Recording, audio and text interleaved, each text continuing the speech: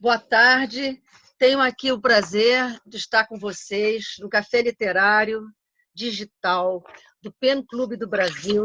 É uma iniciativa que nós estamos tendo durante essa pandemia e talvez até um projeto que possa continuar posteriormente, valorizando os escritores da literatura internacional, não só brasileira. E estamos começando essa experiência hoje, do Café Literário 2020. Ela se iniciou há 4 anos, sob a minha coordenação, Luísa Lobo. Estou usando o nome de Lit Cult, que é o nome do meu projeto, Alquimeno Bastos. Tenho aqui os participantes. Todos poderão ter seus currículos visitados pelo Google, né? Então, nós temos aqui essa lista de pessoas. Luísa Lobo, Alquimeno Bastos são os coordenadores. Depois falaram a Carla Júlia Dalali, Carmen Tereza Elias, Heloísa Barbosa, Lígia Vassalo, Luiz Felipe Ribeiro, Sônia Zinha. Faremos uma primeira parte, cada um dizendo alguma coisa sobre o Orlando, de Virginia Woolf, e depois passaremos a uma tentativa de debate. Também gostaria de dizer que quem queira se inscrever pode escrever para o PEN Clube do Brasil, penclubedobrasil.org, e conversar e pedir a inclusão entre os debatedores. E, posteriormente, abriremos para mais pessoas.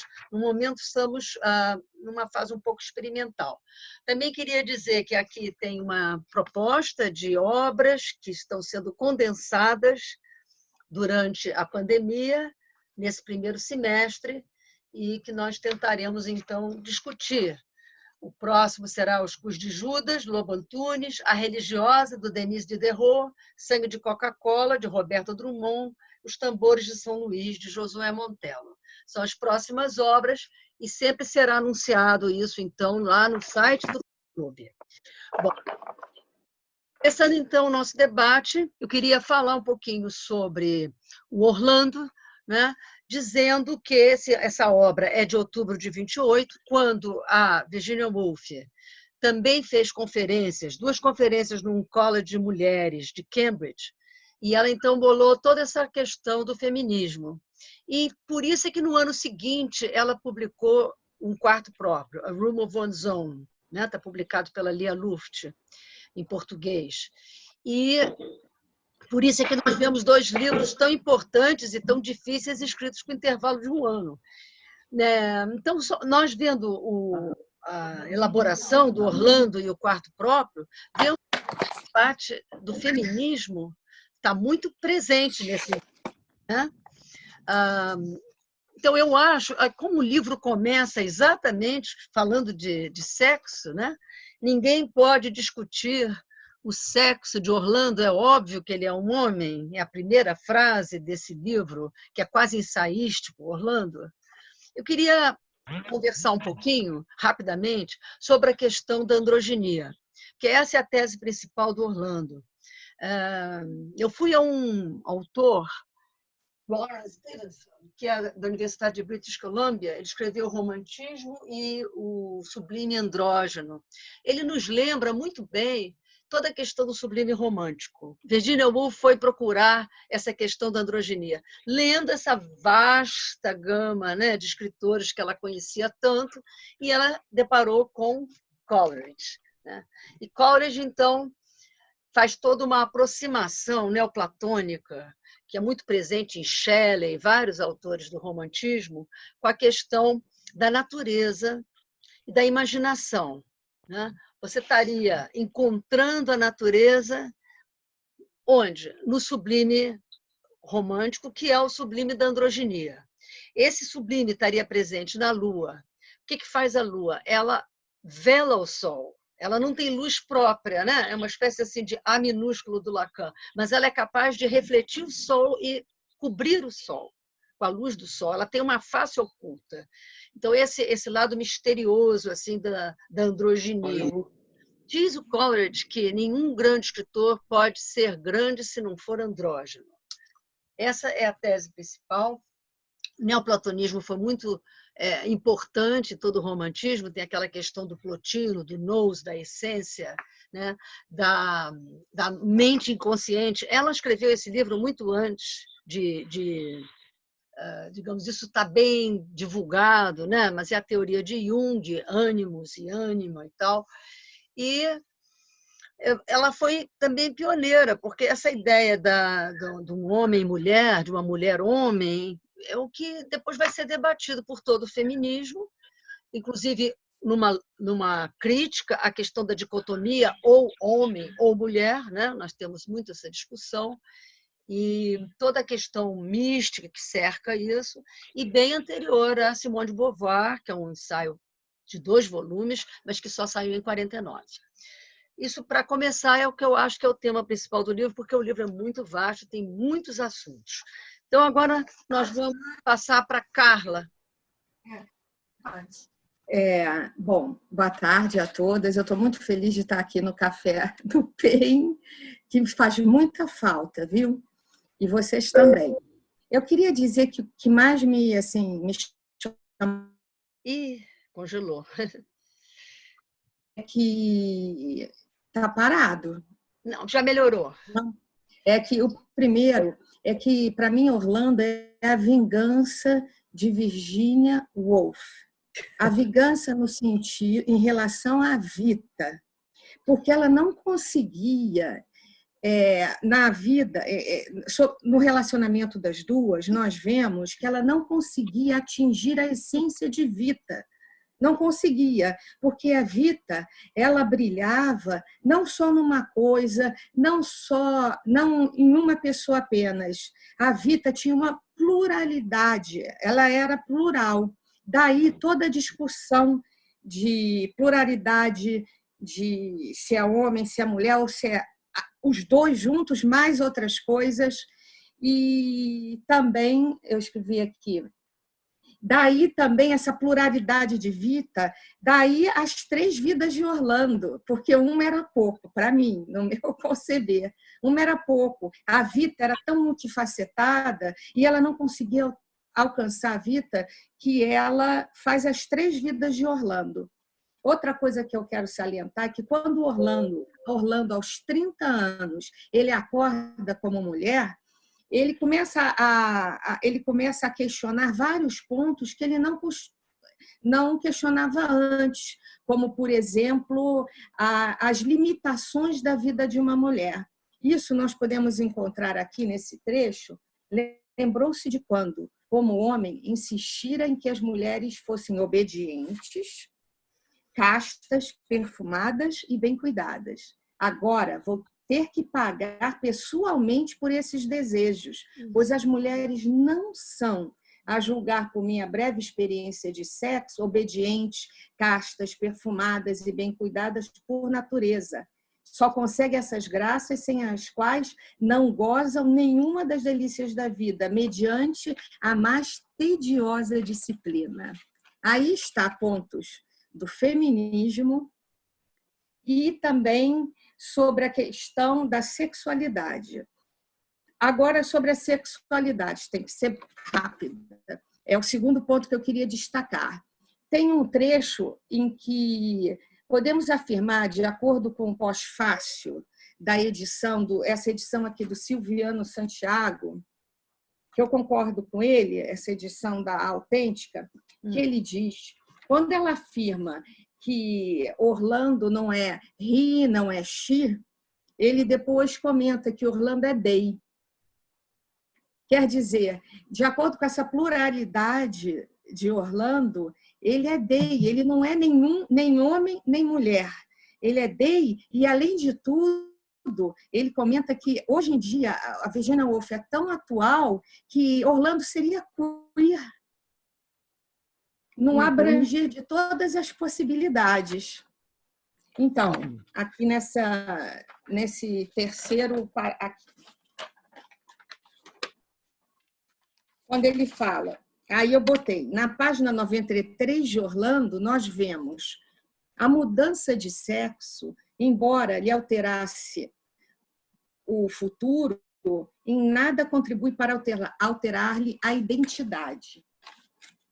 a identidade. O rosto, como prova o seu retrato, continuava praticamente o mesmo.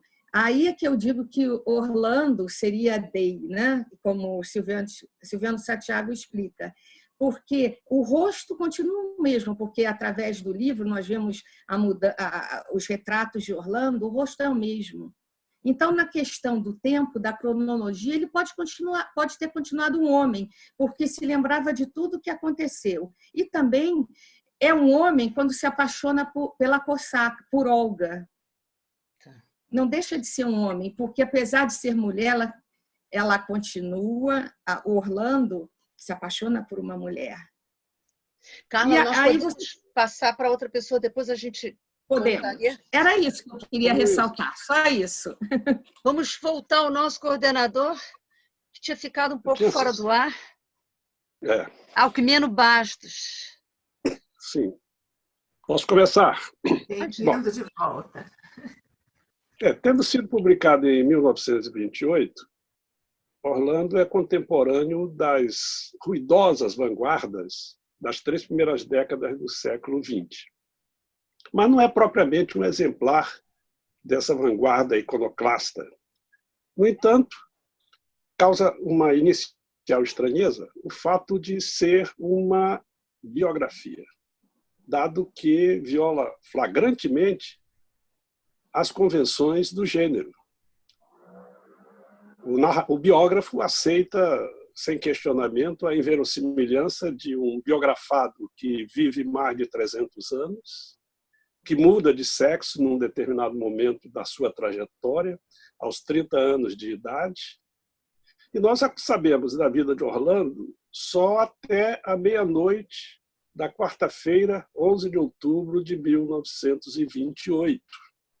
Se Orlando viver mais 300 anos, ou de fato seja imortal, vai provocar o paradoxo de que o biógrafo ou os biógrafos morrerão antes do biografado, o que não costuma acontecer nas biografias convencionais. Então, eu acho que Orlando se enquadra nesse aspecto, no que eu chamo de realismo irrealista, que é a elisão da causalidade, porque não há nenhuma explicação de ordem científica ou de ordem sobrenatural, não é uma potência divina ou um experimento científico que faz com que Orlando tenha essa absurda longevidade e consiga mudar de sexo. Então, a causalidade não existe. Esse é um dado nítido da ficção do século XX, do que eu chamo de realismo realista, assim, que normalmente são chamados de fantástico, absurdo, mágico, embora, e por isso o realismo esteja contido, não é, numa dimensão espacial bem reconhecível, a um determinado momento, até que o biógrafo se dá o direito de dizer que não vai descrever uma paisagem porque ela é tão inglesa que qualquer leitor saberá de que ele fala, o que, obviamente, só vale para os leitores ingleses ou versados na vida inglesa.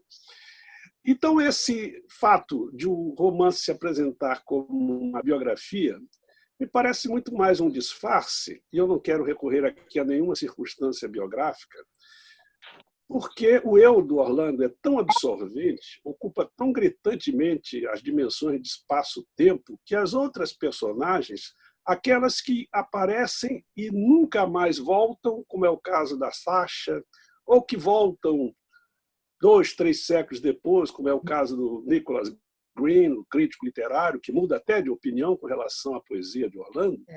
Mas, de qualquer maneira, essas personagens só vêm à cena na medida em que elas se relacionam com Orlando. E Orlando, literalmente, vai chegar num ponto em que dirá que não é um só. Antes de Mário de Andrade, ou contemporaneamente a Mário de Andrade, eu acho que eu estou sumindo de novo, ou não? Não. Estou sumindo? Não. Ele está sumindo o Luiz Felipe Ribeiro. Então, deixa eu...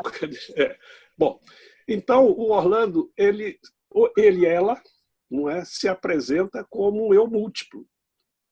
Não basta apenas a dualidade homem-mulher, porque não existe uma migração e o Orlando deixa de ser homem e passa a ser integralmente mulher. O tempo todo essa consciência é dúbia, é andrógena até do ponto de vista espiritual. E já é bem preparado porque o Orlando, como homem, despertava admiração pela sua beleza física. E a primeira impressão que tem da Sasha, por exemplo, é de que ela conjugava. Ele não sabe ao certo, no primeiro momento, se é um homem ou uma mulher, porque ela parece conjugar o encanto, a graça feminina e o vigor masculino. Então, o tempo todo, nós trabalhamos com essa dualidade. De modo que, se esse relato fosse feito em primeira pessoa, não perderia em substância. Quer dizer, é uma audácia da Virginia Woolf adotar o gênero biografia. O segundo aspecto que eu quero abordar, para não me estender demais, é a dimensão do tempo. A respeito de a trajetória do Orlando, levá-la até Constantinopla, por exemplo, o tempo é que é a dimensão fundante desse romance. Não é? A cronologia parece estar colocada ali apenas para ser desmentida. É interessante a constância da imagem das badaladas de um relógio, de uma igreja, e especialmente no caso da meia-noite, que é aquele momento em que o tempo parece, não é, parado.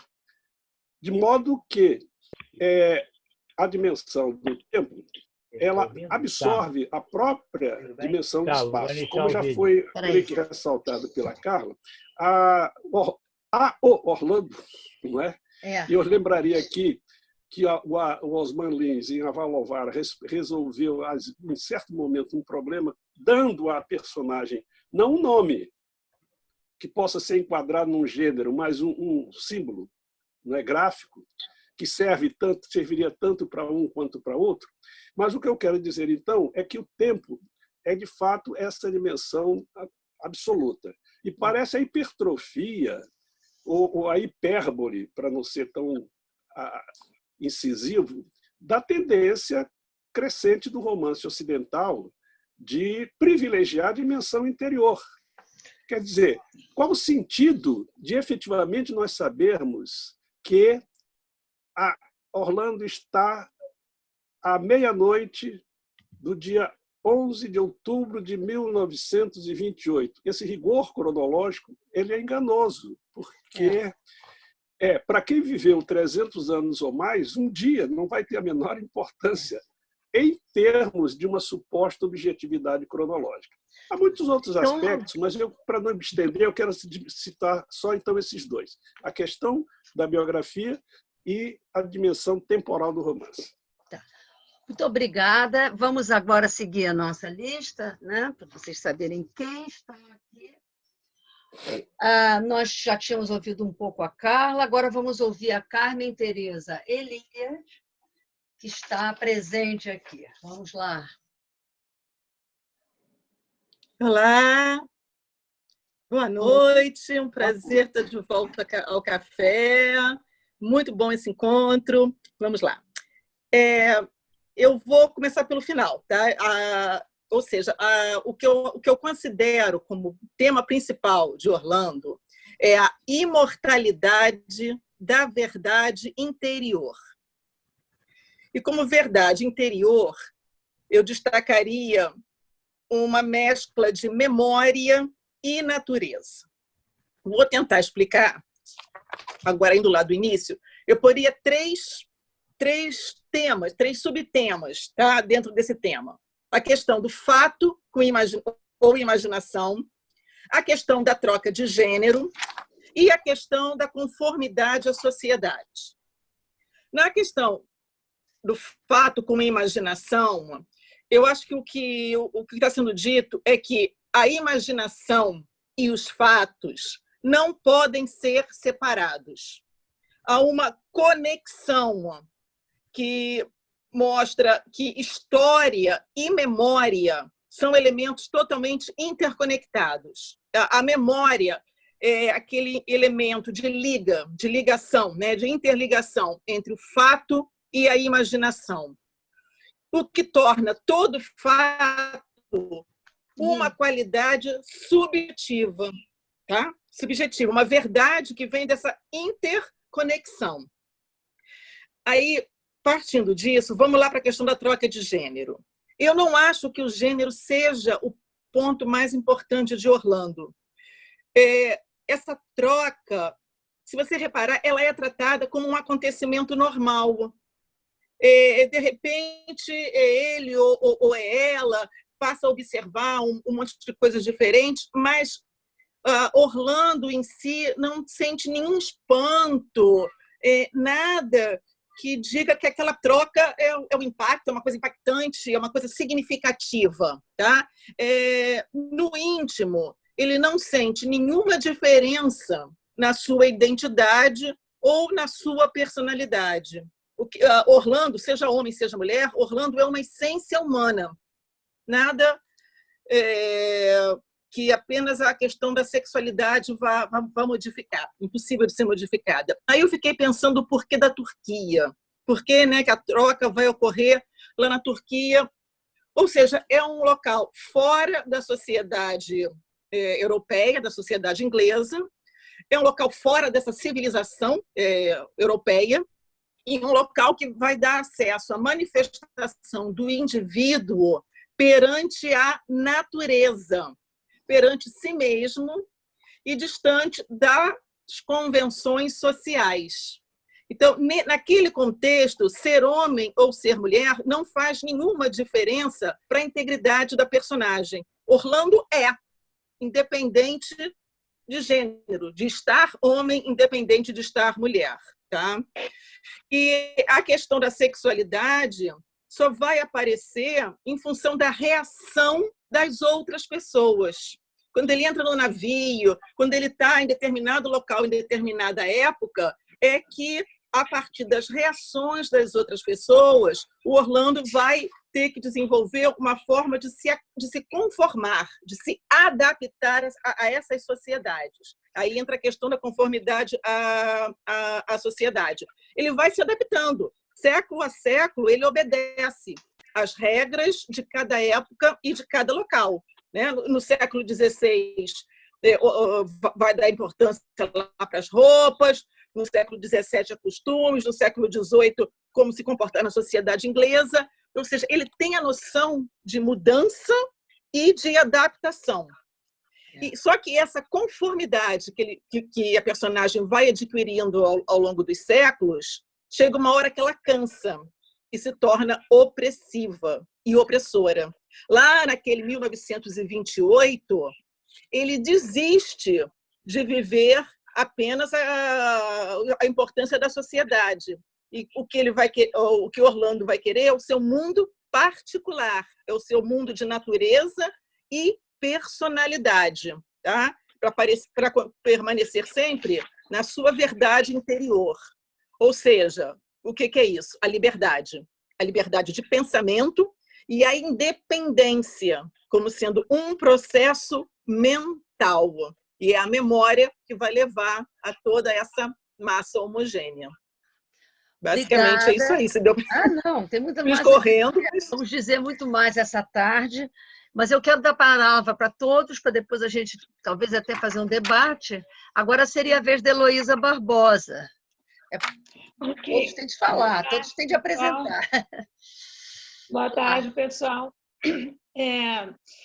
O que me chamou a atenção no livro foi a erudição da Virginia Woolf. Eu vi que ela estudou em casa, ela não foi à escola, não era o que se fazia na época dela. E, no entanto, ela demonstra uma erudição e a mistura que tem no livro do real com o ficcional é incrível. E não são coisas que hoje a gente rapidinho encontraria no Google para colocar, mas ela é impossível que ela tenha escrito esses 2 livros em um ano. Né? A não ser que ela tivesse tudo isso na cabeça, uma biblioteca imensa do lado dela. Mas isso é uma coisa que me impressionou bastante, como é que ela acumulou essa erudição. Bom, a outra coisa que eu queria dizer é que eu acho que foi falado mais ou menos já por aqui, é que o outro personagem, que um dos temas é a Inglaterra. é a sociedade inglesa, é a paisagem da Inglaterra. Né? O Quiniano falou, ela disse que não precisa nem descrever a paisagem. E a Carla falou da questão da sociedade da Inglaterra. Isso é muito denso também no romance, e eu acho que um personagem, não só um tema, mas é um personagem do livro. E tanto é que a mudança de sexo ocorre fora, né? Vai ocorrer na Turquia. A outra coisa é que ela dedica o livro para a Vita, né? E aí eu encontrei pessoas que dizem que foi um ato de amor, outras pessoas que dizem que foi uma brincadeira. Entre um ato de amor e uma brincadeira, realizar esse livro me pareceu uma coisa assim inimaginável, impossível de... Um livro dessa densidade, desse nível de detalhe, né? Por uma brincadeira de amor, muito, muito incrível. E a outra coisa que eu queria falar é sobre escrita. Quando o Orlando passa a vida tentando compor aquele poema para o Carvalho, né, The Oak Tree, tem um trecho que é muito falado, que ele quer descrever o céu e a terra, a grama verde, o céu azul, ele não consegue, porque ele vai rebuscar demais essa pequena descrição. E um pouco é o que ela faz também, porque se você ler com atenção o livro, são descrições intermináveis, detalhadas. Eu reparei muito bem o vocabulário que ela usa, né? Tinha palavras que eu olhava e dizia assim, não conheço, que palavra é essa? Aí eu olhar, é uma palavra que era usada no período elisabetano, que caiu de uso, uma palavra obsoleta, e assim por diante. E as descrições das roupas, os detalhes, do tecido. Então, aquilo que ela no Orlando, na verdade, é o que ela faz na escrita dela. Bom, era isso. Felipe Ribeiro agora, por favor. Boa tarde, tudo bem? Boa tarde. Muito bom estar aqui com vocês de novo. Tá? Eu quero dar uns pequenos pitacos aí, coisas que talvez não tenham sido abordadas. A primeira questão é que Orlando pode atravessar esses séculos todos porque ele está desvinculado do mundo do trabalho. O que mede o tempo no mundo ocidental é o mundo do trabalho. Ele, como o aristocrata, quer dizer, o trabalho é uma coisa que não conta. Então, não há nenhuma incoerência em que ele possa permanecer 3 séculos e não haja nenhum espanto. E eu penso que o grande personagem do livro não é Orlando. O grande personagem do livro é o tempo. A questão toda é o tempo. Se trata de tentar colocar na linguagem literária a diferença entre o tempo cronológico, o Big Bang, e o tempo interior. Eu não quero chamar de psicológico, é complicado. O seu tempo tal como é percebido pelo personagem. E isso nos dificulta um pouco a leitura na medida que o narrador ele está colado com a personagem, ainda que ele faça distanciamentos críticos, como é que escreve, como é que faz biografia, não faz, mas ele está o tempo todo vendo o mundo com os olhos de sua personagem. Então, nós vamos acompanhando aquilo, não conseguimos perceber o jogo narrativo que ele faz, mas, no fundo, o grande personagem é o tempo. Tanto que, sintomaticamente, o livro termina uma data, 11 de outubro. Ele escolheu o meu aniversário exatamente para me homenagear, né? Só que antes de eu nascer. Agora, eu vejo que a questão do tempo está ligada à questão também, outra vez, do gênero. Porque a troca de gênero de Orlando ela é muito claramente definida.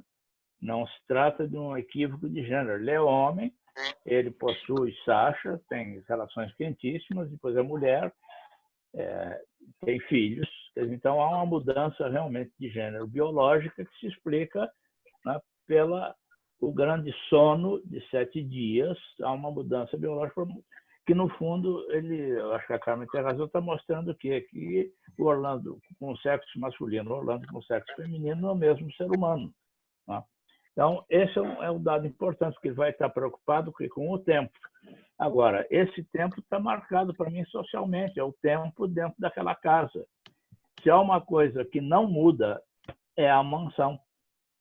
a mansão permanece a mesmo o tempo todo, ou seja, a casa nobre, a casa do nobre, absolutamente não muda. Ele pode botar uns móveis a mais, mobiliar que não estava mobiliado, mas a casa é sempre a mesma, o mesmo vitral, a mesma luz.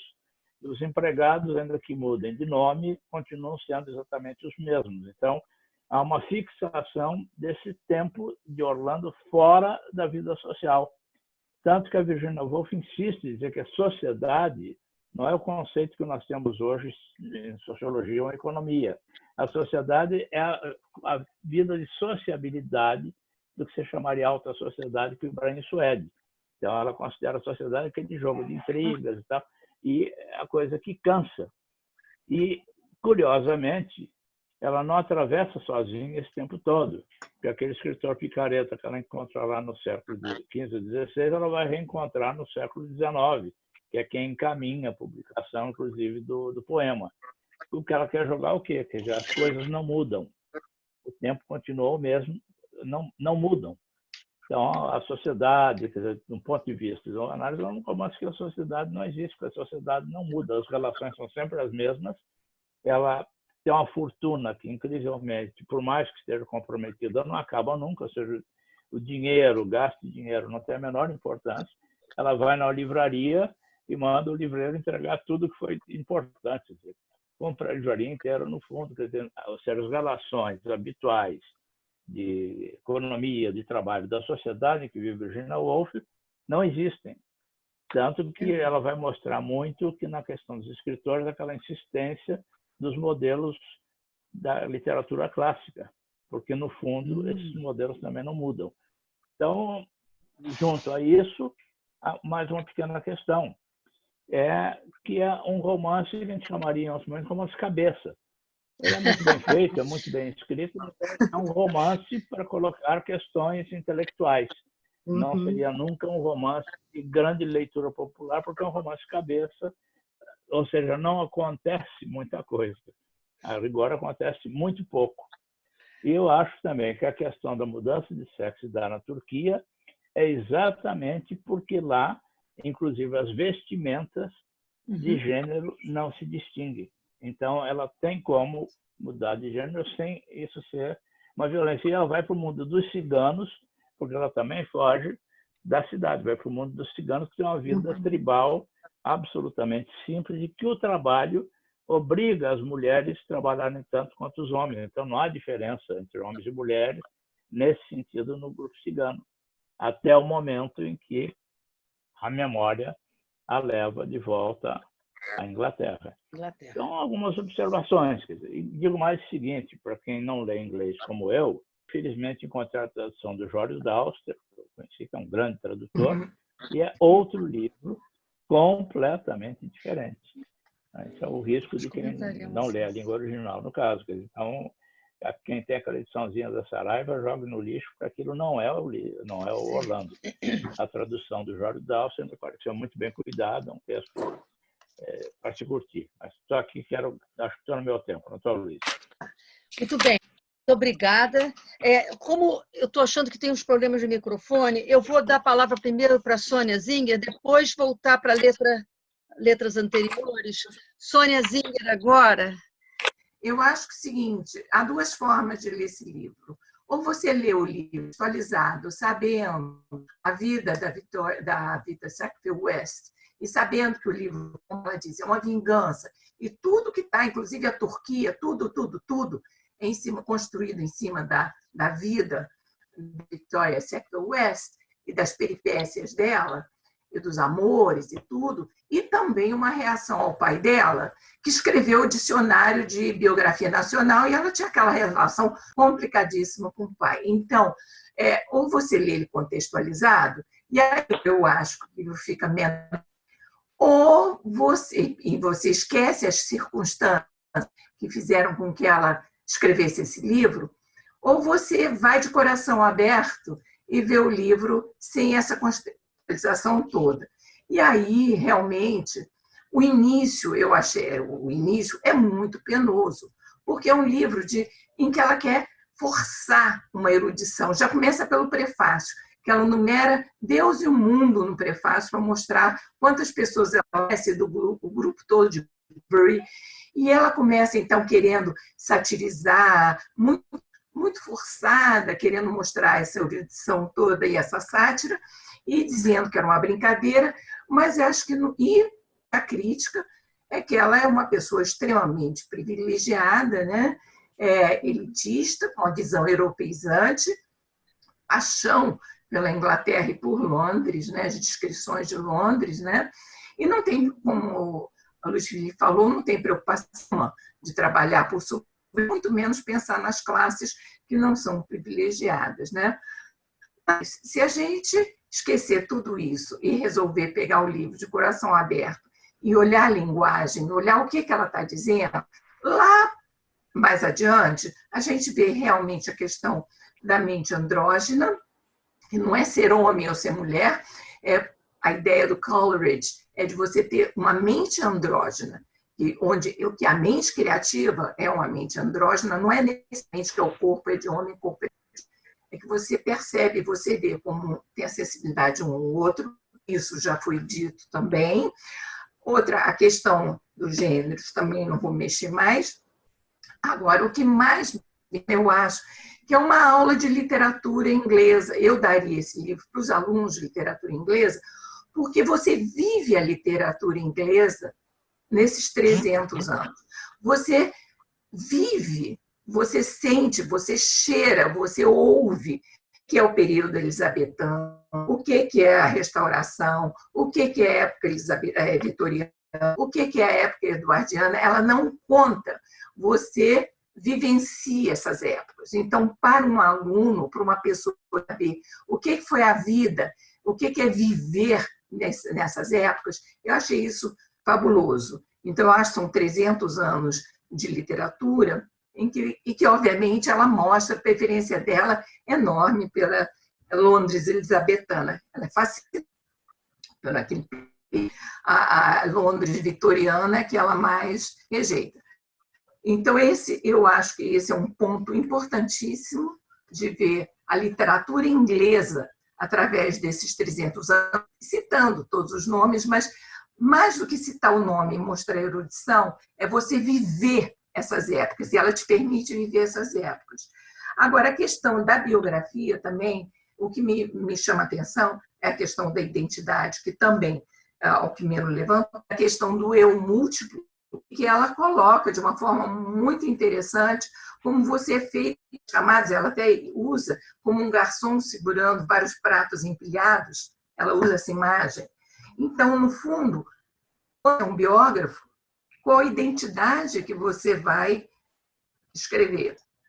Então, é muito complexa essa questão dos selves que ela bota. Qual self que vai predominar para você poder dizer esse é o biografado? Explicado. O biografado é esse e aquele. É muito complexo. Eu acho uma coisa nova nessa época, né? A questão do tempo e da vida também não vou falar, porque a gente já foi mencionado, mas muito importante, eu acho também, é a questão da preocupação dela, o que é a vida? O que é viver? Obviamente, depois ela se suicida, ela acha que... né? Mas ela fica se questionando o que é mais importante, o que faz a vida valer a pena. Porque ela é tomada de um tédio enorme, uma melancolia enorme. E questiona, vale a pena viver? O que vale a pena? E aí é que eu acho que ela Virginia Woolf, ela chega à essência dela. Então, as descrições dos quadros impressionistas que ela pinta, que são deslumbrantes. É o carro percorrendo a rua de Londres, e você só vai vendo assim os cartazes pela metade, as conversas pela metade. Ou como ela faz a coisa, ela descreve as épocas, ela descreve isso, quando ela tem o prazer do êxtase.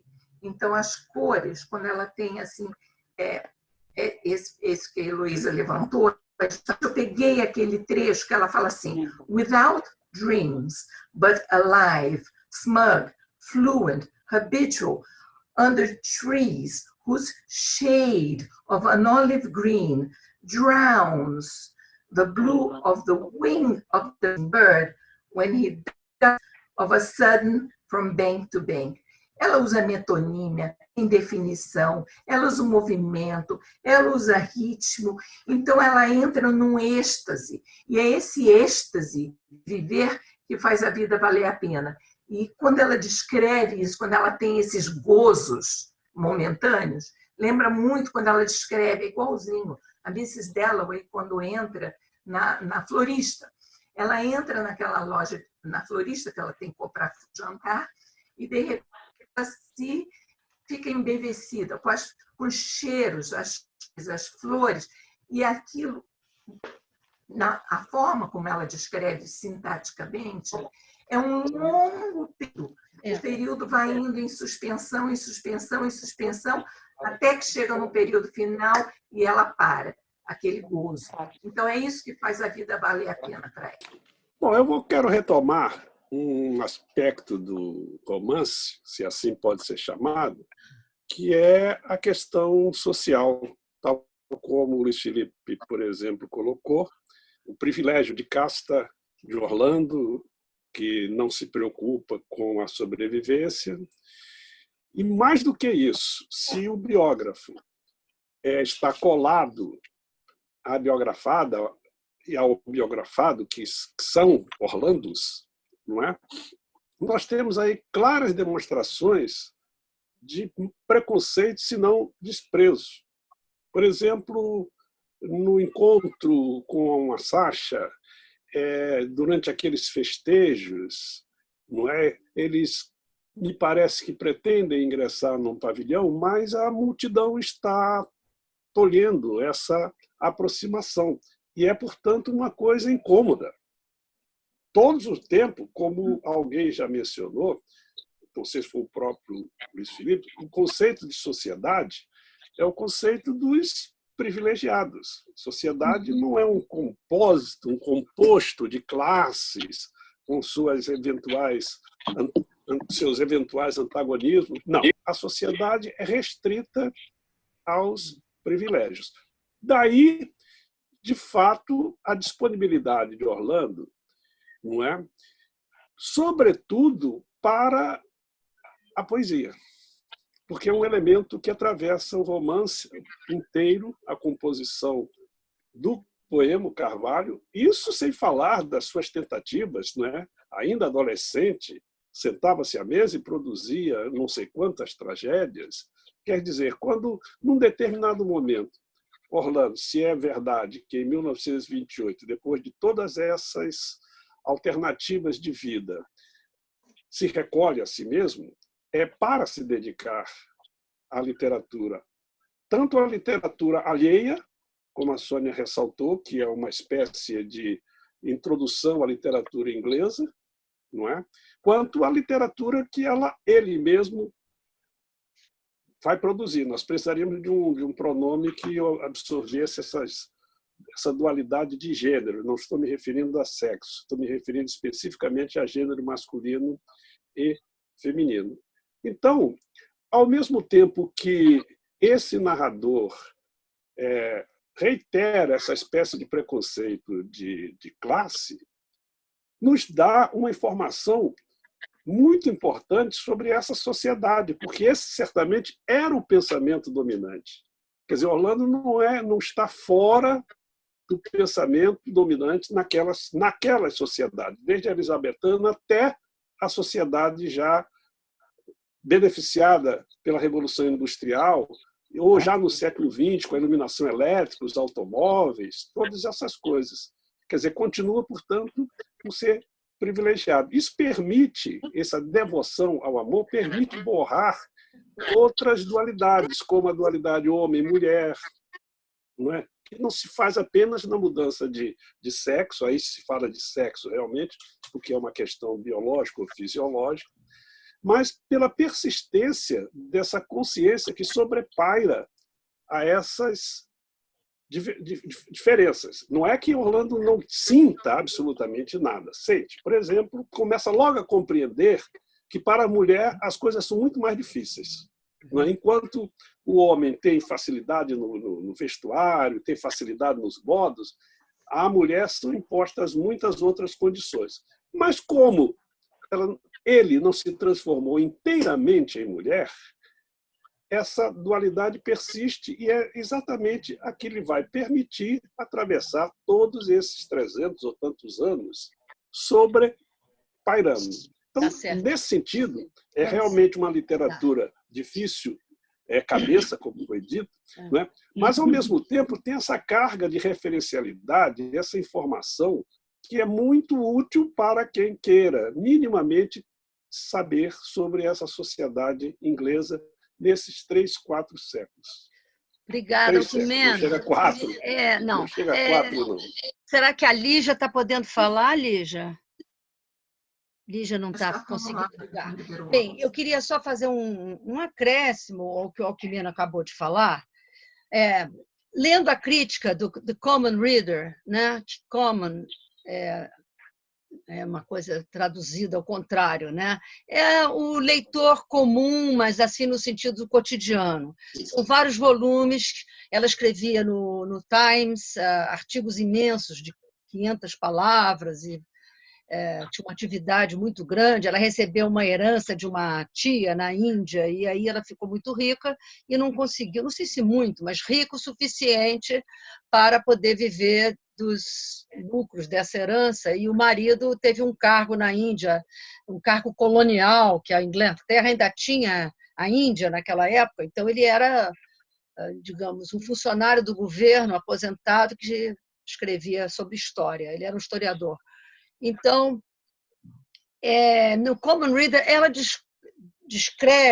discute amplamente essa questão do highbrow, o cérebro, o middlebrow, que é a pessoa comum, e o lowbrow, que é a pessoa do povo, que não teve assim um acesso à cultura ou não se interessou, né, por diversos motivos.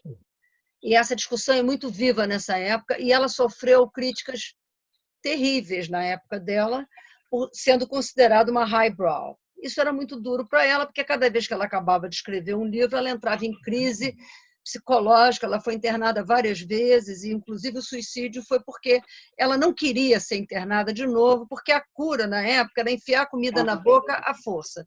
Então, ela preferiu se suicidar. Que eu acho que é um direito que as pessoas têm de eutanásia, certo? Para arrancar os dentes, porque achavam que o problema de dente... Eu vou só complementar uma coisinha. É o seguinte, hoje você já tem o X para o sexo. A coisa avançou tanto que hoje as pessoas escrevem estamos cansados, aí não põe dos, põe X. Né? Não é nem cansados nem cansadas. É muito complicado escrever isso em língua latina. Por outro lado, na língua inglesa, quando ela fala gypsy, eu não sabia que era aquele amigo dela, eu não sabia se era um homem ou mulher, depois quando ela dá o nome dele que a gente identifica. Então, qualquer que seja a situação que a gente tenta resolver na linguagem, a questão do sexo, nós vamos encontrar problemas nas línguas atuais. Aliás, eu tenho uma surpresa para vocês no final. Você falou desse elitismo, porque, por exemplo, ela fazia parte do grupo de Bloomsbury, né? Então, isso já explica como ela era. E outra coisa, eu queria indicar para vocês, uma coisa eu acho muito importante. Eu sou assim, quando eu leio um livro, eu procuro saber sobre a vida do autor, em que contexto ele estava, em que época, que eu acho muito importante. E Orlando, eu acho mais importante ainda, para você identificar Orlando como Vita, na minha opinião. Eu queria só mostrar para vocês aqui esse livro esse filme que saiu agora. Dá para ver? Isso é o quê? Vita e Cinco assuntos que vão... Vita e Virgínia. Sei. Vocês estão vendo? É melhor você ler, porque não está dando para ver. Não, é um filme que saiu agora no Reino Unido. Eu assisti esse filme. Você pode dizer o título do filme? Vita e Virgínia. Vita e Virgínia. E é sobre a relação de Vita com Virginia Woolf. E Orlando, o porquê da gênese de Orlando. Eu acho muito bom, muito bem feito, e eu indicaria para vocês também. É isso. Sim. Vamos. Sônia, Não quer quero falar? Não, é que eu queria pegar o gancho do Alquimeno. Eu acho que ele insistir que eu acho que a grande coisa desse livro realmente é o escrever, o ato de escrever. Ela passa o tempo todo tentando escrever, como que escreve a tinta, aí é isso, e refaz, e rever, e faz a revisão. Então, é sobre escrever em si, e o escrever através desses séculos. E eu só queria chamar a atenção uma intertextualidade que acontece, que ela tenta enterrar o poema dela. Isso aí é a Tempestade do Shakespeare. Quer dizer, o Próspero, o que ele faz no final? Ele quebra o staff bury it, que é ele quebra a arte dele e enterra. Shakespeare para de escrever também. Nessa é a última peça dele. Parar de escrever. E ela tenta, então, o poema, mas depois não enterra. Ela desiste, né? Ela desiste. Eu não entendi mas eu acho a diferença entre enterrar e tempestade do Shakespeare, não entendi. Ela tenta enterrar o poema. Tá. Mas e a tempestade de Shakespeare? O Próspero, quando acaba a tempestade, o Próspero diz: acaba a arte, eu não preciso mais fazer a arte, eu vou quebrar a minha bengala, quer dizer, da magia, não vou mais fazer magia, acabou a minha arte. Para o Shakespeare também fala: acabou a minha arte. Será que quando a Virginia Woolf quer também enterrar o livro ali, tipo, é mais uma reflexão dela, acabou a minha arte, ela não enterra, não enterrando. Mas aí o impulso de acabou a arte, era isso? Eu acho que ela reflete, ela pensa bastante sobre essa questão do fazer, do escrever. Vou escrever novamente? Tenho que escrever? Não sei, eu acho que, basicamente, a grande coisa do livro é despertar os sentidos do leitor junto com ela, sentindo e vivendo momentos. Eu acho que é isso que é a grande arte dela. Tá. Luísa, eu Obrigada. queria só fazer uma pergunta. Eu não vou falar, não, só queria fazer uma pergunta. Ou a Sônia ou alguém que possa responder. Orlando é uma palavra vernácula em inglês? Vem de Roma, né? É um nome romano. Não, mas é em inglês. É um personagem de Shakespeare. Ah, é? Tá. Então, Luiz, mas apenas um personagem, não tem popularidade, né? Não. Mas obviamente ela conhecia. Isso é mais uma informação. Eu queria anotar certas coisas que causam estranheza. Por exemplo, na questão da sexualidade, há um dado muito curioso. A relação do Orlando homem com Sasha é altamente sensual, quentíssima, transam em cima do gelo e tal, aquela coisa toda. Já Orlando mulher, não há nenhuma referência ao prazer sexual. Inclusive, um dado mais curioso ainda é que não aparece a gravidez. De repente, Orlando tem um filho. Sequer a gravidez, que é um dado importante na feminilidade, aparece. Então, acho que é um lado quebrado. Quer dizer, ela vê o prazer sensual no lado masculino, mas não consegue nem ver, nem escrever sobre o prazer sensual no lado feminino. Os prazeres femininos são mais das relações, das firulas e tal. Então, eu acho que o narrador não consegue se desprender disso. Quer dizer, ela continua atribuindo apenas ao homem o prazer sexual.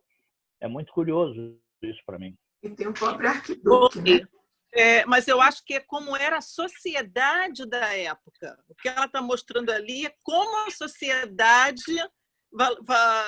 valorizava esse prazer sexual para o homem e não para a mulher. Eu vejo mais uma leitura da sociedade. Me chamou a atenção. Só um detalhe, a Sônia disse como é que ela conseguiu acumular tanta cultura. Bom, ela não trabalhava fora, ajudou muito o pai, Sir Leslie Stephen, a fazer o Dictionary of National Biography, que é um marco, dicionário da biografia inglesa da Inglaterra, são 2 volumes, é uma coisa assim extraordinária, e ela trabalhou com o pai. Claro que ele não... E só tem, parece que só tem instante, 4 mulheres. Só um instantinho. Ele não pagava, quer dizer, trabalho escravo feminino são as esposas, as namoradas, as secretárias, né? Que trabalham, Alma Mahler, que é mulher do Mahler, irmã do Mahler, ou mulher, enfim, as mulheres que trabalham em casa. Mas ela, quando escreveu Orlando, se ela nasceu em 81, ela tinha 47 anos, ela se suicidou dali a pouco. 41. Ela tinha 40 e tantos anos, quer dizer, era uma vida inteira, né? Que ela não se matou tão tarde assim. Mas vem cá, agora tem gente querendo falar. Sônia. Deixa eu só pegar esse gancho da sexualidade, é porque não funciona para todo mundo. Olha o pobre coitado do arquiduque. Vira arquiduquesa, vira arquiduque, Orlando vira homem, então ele vira mulher, aí Orlando vira mulher, ele vira homem, ele está o tempo todo atrás de Orlando, acompanhando para ver se consegue cativar, e não funciona. Ele não consegue. Ele vira mulher e não consegue. Então, é uma coisa que não é só a questão da sexualidade virar homem ou mulher, há uma questão de sensibilidade aí, de o que é ser homem, o que é ser mulher, não é só virar. Porque o arquiduque, ela mostra que não funciona. Bom, a Heloísa quer fazer algum comentário também sobre isso? Eu ia falar uma coisa sobre os incômodos de ser mulher, e me chamou a atenção que ele não fala em menstruação também, quer dizer, então o ser mulher é assim meio descartado, né? E ele parece que não tem interesse pelo sexo quando vira mulher. Não? Só isso. Esse é o grande problema da doença dela, né? Que ela tinha um casamento branco com Leonard. E ele recomendou que ela não tivesse filhos. E depois ficaram se perguntando, será que ter filho não levantaria um pouco? Ela era bipolar. E eu acho que isso fica muito claro quando ela fala da Victoria Sackville West. Cada vez que acontece uma crise na Victoria Sackville West, ela descreve uma crise dela, que ela ficava uma semana com dor de cabeça trancada no quarto. E aí ela faz aquela descrição toda. O que eu relendo o livro, que eu era assim, Virginia Woolf era meu mito, né? Traduzir Passeio ao Farol, eu adorava Virginia Woolf. Mas relendo o livro, eu acho que as digressões são excessivas, porque ela está dentro do que o Lacan chama pensamento lógico. Uma palavra puxa a outra. Ela foi à Turquia, eles fizeram uma brincadeira lá em Londres, que eles se vestiram de turcos, foram recebidos pelo governo, era tudo brincadeira, não tinha barco turco nenhum, todo mundo caiu, receberam todo o círculo de Bloomsbury, e eles estavam fantasiados de turco, né? Então, ela viajou de carro com o Clive Bell, que era cunhado dela, era amante dela. Depois ela teve um caso, ménage à trois, com a Sackville e o marido, Nicholson. Então, ela fez várias experiências. E as digressões, né, nesse livro, eu acho excessivas. Então, eu fiquei pensando, será que não precisava de um Ezra Pound?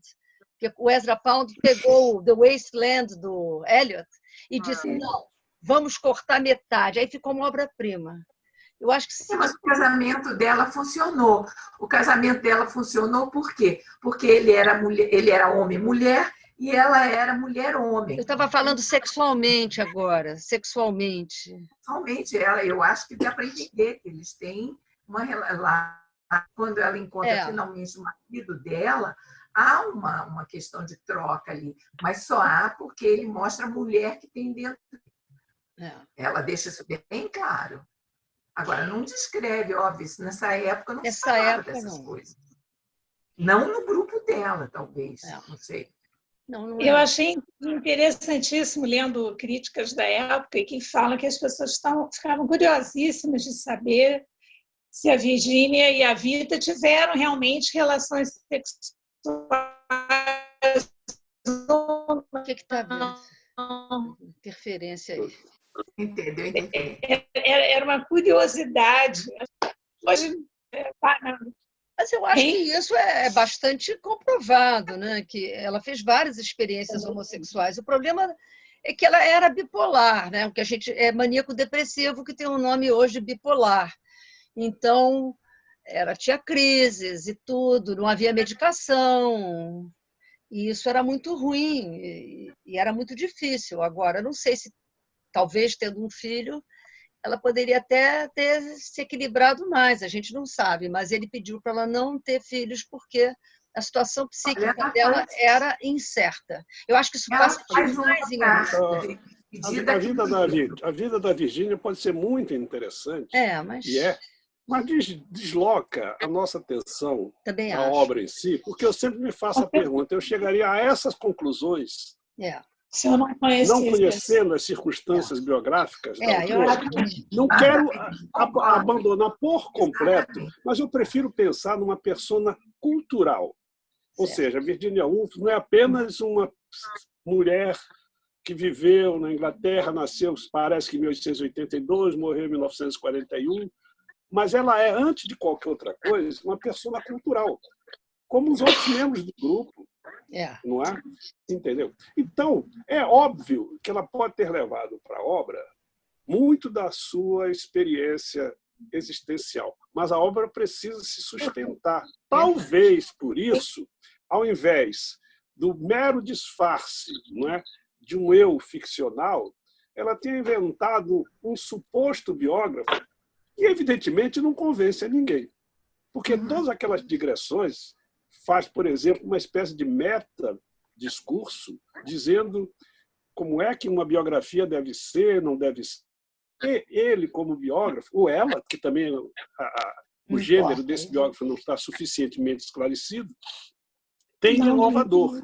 Quer dizer, então, aí o que a gente ressalta é que, independentemente da vida da Virginia Woolf, ela instaurou um eu narrativo para justamente dar conta dessa pluralidade que, se procede dela, certamente também é comum a muitas outras pessoas, muitas outras mulheres. Talvez o fato de, por exemplo, ela não ter destacado tanto as relações sexuais como mulher se deva mais a uma espécie de cansaço da narrativa, porque a parte dedicada à primeira relação do Orlando com a Sasha é muito mais intensa.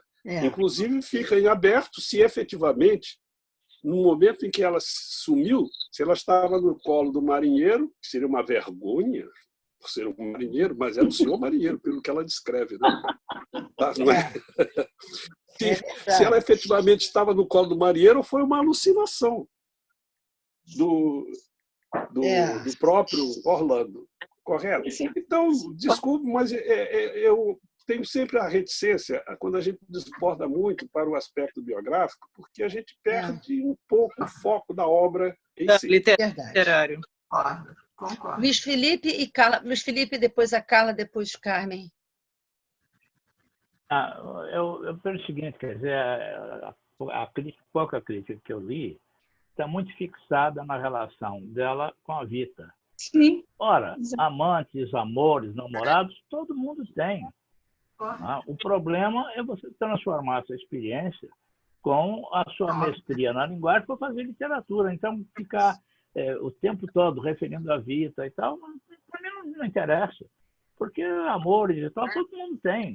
Literatura, você conseguir transferir essa experiência por uma criação discursiva convincente. Estou fechado com o que menos. Então, acho que a crítica, talvez mais a crítica feminista, se preocupa demais em legitimar uma relação desse tipo do que analisar do ponto de vista literário. Todo escritor, para escrever, vai escrever sobre suas experiências reais ou imaginárias, não tem outro caminho. Né? Então, eu acho que a gente tem que fixar mais, como primeiro, na construção do discurso. E como literatura, eu não acho... É um grande livro, mas tem falhas muito grandes, como diz a Luísa, esse excesso de interferência, excesso de intelectualismo em certos momentos e tal. Não é uma obra equilibrada, ainda que seja uma obra muito boa. É contraditório dizer isso. Então, acho que a gente teria que fixar mesmo na questão, o discurso de Orlando, porque a Vita é um motivo existencial. Que se fosse com outra pessoa que não tivesse talento literário, não dava em nada. Né? Tá, agora a Carla, tem uma fila. Luiz Alcmeno, eu entendi o ponto de vista de vocês, mas eu acho que, nesse caso, principalmente em Orlando, eu acho fundamental nós conhecermos a vida. Eu pelo menos, ter conhecido a vida da Virgínia, porque, por exemplo, no livro Knoll House, que é a casa, o castelo, que era de Vita, ele permanece o tempo inteiro. Ela, há uma discussão de sexualidade, transexualidade e até pluralidade, que eu acho que é muito atual. E ela, a Virgínia, ela se relacionava, e o marido dela, eles tinham outra visão do casamento. Então, eles tinham esses namoros, com pessoas do mesmo sexo. Eu acho isso importantíssimo, para você até entender o porquê de Orlando ter 3 vidas, porquê de Orlando uma hora começa como homem, depois vira mulher. Eu acho que é muito importante você ter esse background, assim, ter esse feedback da vida da Virgínia em Orlando, porque Orlando, para mim, é vida. Não evita, não, é Vita. Vamos agora, e trocou as posições todas. Agora a Carmen está embaixo. Para variar. Vocês são taradinhos. Carmen, por favor. E o Luiz Felipe está aqui, e eu já estava acostumada. Carmen, por favor. Eu achei um comentário da própria Virginia Woolf, que ela recebeu muita crítica, e ela respondeu a uma dessas críticas em relação ao Orlando, dizendo o seguinte: se pensarmos a verdade como algo sólido como um granito e a personalidade intangível como um arco-íris, uma biografia visa intercalar esses 2 aspectos da natureza. Lembrando que a natureza nos aplica truques, e de modo que coloca argila e diamantes prensados em uma só caixa. Muito bonito. Então, é a resposta, né, que é até muito fantasiosa também, mas também muito real, porque é o lado é o lado do concreto e o lado dessa coisa totalmente volátil, que eu não diria nem que é essa bipolaridade dela, mas é a questão do fato e da imaginação, de como a gente lida com a realidade. Não é só uma realidade de fato, não é só uma realidade de fantasia. Tudo isso tem que ser prensado. Eu acho que é isso que ela mostra um pouco na obra. Eu estou um pouco. Agora seria Sônia, né? Sônia. Não, é o seguinte, eu estava aqui, eu estou com o Felipe, acho que eu sempre me alinho com ele aí nessa questão do discurso. É o seguinte, é uma obra riquíssima, em termos caleidoscópicos de temas existenciais. O que eu escrever, por que se escreve, se é para fama, se não é para fama, porque ela procurou tudo, e tudo isso ela achou que não é pela fama, não é. E toda a questão de existo, não existo, sou homem, sou mulher, são várias questões, são inúmeros caleidoscópio de temas, mas eu acho que a obra só vale mesmo o que fica por causa do discurso, pela forma como ela escreve. E eu queria chamar a atenção disso, porque é tão típico. Quando ela começa, ela entra no ambiente e ela começa a escrever sem colocar ponto. A pontuação dela, ela vai indo, ela vai te levando, e você vai junto naquele parágrafo enorme, até que no fim, ou dá um barulho, ou é um trem que entra, ou é um avião, é um ruído que interrompe aquele momento de gozo total que você, leitor, tem levado pela sintaxe, pelo dela, é a forma sintática do discurso dela.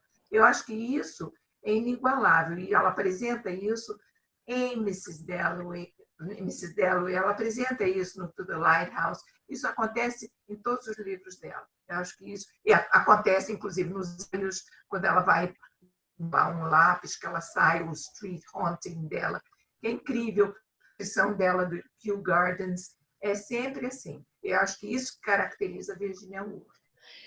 Eu queria propor a vocês encerrar, e eu tenho uma surpresa para vocês.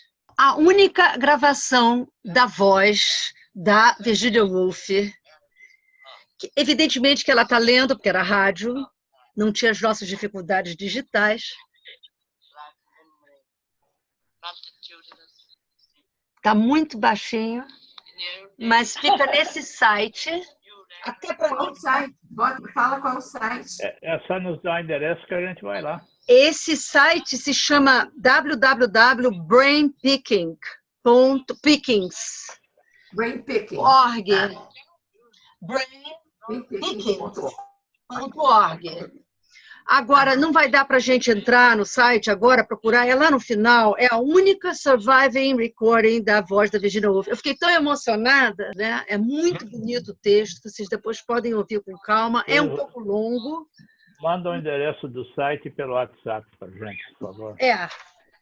E para quem quiser depois ouvir a gravação, ele é assim, que se escreve para a gente encerrar, e eu pediria que vocês encerrassem, e quem quisesse, voltasse depois, clicasse de novo para a gente fazer um comentário da nossa gravação de hoje, e também para poder conversar informalmente. É www.brainpickings. No plural. Plural. Brainpickings, no plural. .org. E eles pedem doações. Vocês já podem começar a fazer doações em Libra. A Libra está bem barata. Então, eu pediria que quem saia e volte. Quem tiver tempo, são 7 horas, para a gente conversar um pouquinho mais. E muito obrigada. Estamos encerrando, então, o nosso café literário Parabéns, digital. Parabéns a Luísa, né? Parabéns, Luísa. Luísa. Gente, muito bom estar com vocês. Recebi Fiz o possível.